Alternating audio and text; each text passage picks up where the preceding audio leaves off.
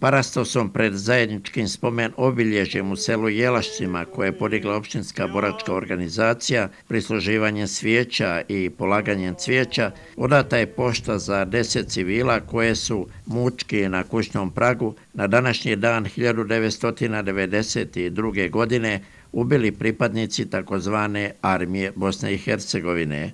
Mene su nastradali otac, stric, majka, nastradali su tu i prijatelji, komšije, dvoje maloletnih djeci koje su imali jedno 8 godina, a drugo 10 godina.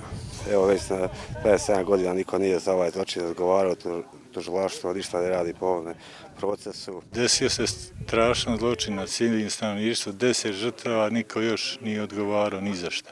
Šta da vam drugo kažem, cijelo pusto, jedan stanovnik u njemu živi i jeti. Starac Tribun koji je izgubio 2 unuka, suprugu i snahu, je u ruci držao komad kaiša od one stare M48 puške. Nije dao ispustiti taj komad i u samrčnom grču je ostavio da mu stoji. Tako kad smo mi došli ovdje, mi smo taj komad puške, odnosno taj komad kaiša našli u njegovoj ruci. Svakako da je to simbolika koliko je on bio vezan za svoju djecu i koliko je želio Žarko da ih sačuva, ali nažalost nije mogao.